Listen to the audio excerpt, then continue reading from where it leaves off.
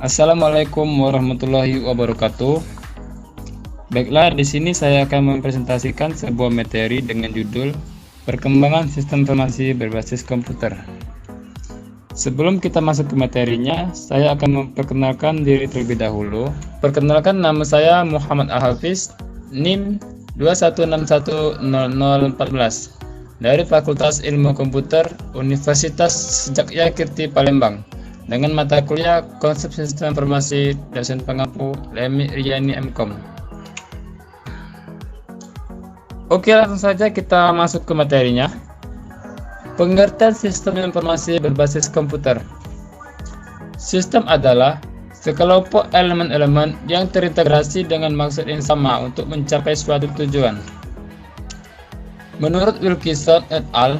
2012, sistem informasi akuntansi adalah struktur yang menyatu dalam suatu entitas yang menggunakan sumber daya fisik dan komponen lain untuk merubah data transaksi keuangan akuntansi menjadi informasi akuntansi dengan tujuan untuk memenuhi kebutuhan akan informasi dari para pengguna atau pemakainya. Next, menurut Bodnar dan Hotwood, sistem informasi akuntansi adalah kumpulan sumber daya seperti manusia dan peralatan yang diatur untuk mengubah data menjadi informasi akuntansi.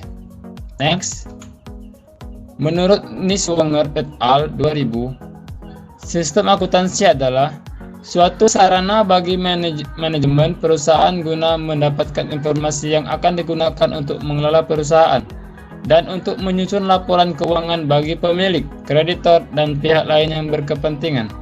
Next, fungsi sistem informasi akuntansi dalam organisasi antara lain mengumpulkan dan menyimpan data tentang aktivitas dan transaksi, memproses data menjadi informasi yang dapat digunakan dalam proses pengambilan keputusan, melakukan kontrol terhadap aset organisasi. Next, evolusi sistem informasi berbasis komputer. Fokus awal pada data, Electronic Data Processing yang disingkat dengan EDP. Pada awal abad ke-20, pemakaian komputer terbatas hanya untuk aplikasi akuntansi dan digunakan nama Electronic Data Processing (EDP) yang merupakan aplikasi sistem informasi yang paling dasar dalam setiap perusahaan. Sekarang kita menggunakan istilah sistem informasi akuntansi untuk menggantikan Electronic Data Processing. Lanjut 1. Fokus baru pada informasi, sistem informasi manajemen yang disingkat dengan SIM.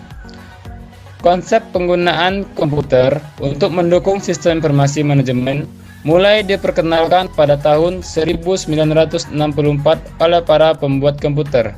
Konsep SIM menyadari bahwa aplikasi komputer harus diterapkan untuk tujuan utama menghasilkan informasi manajemen.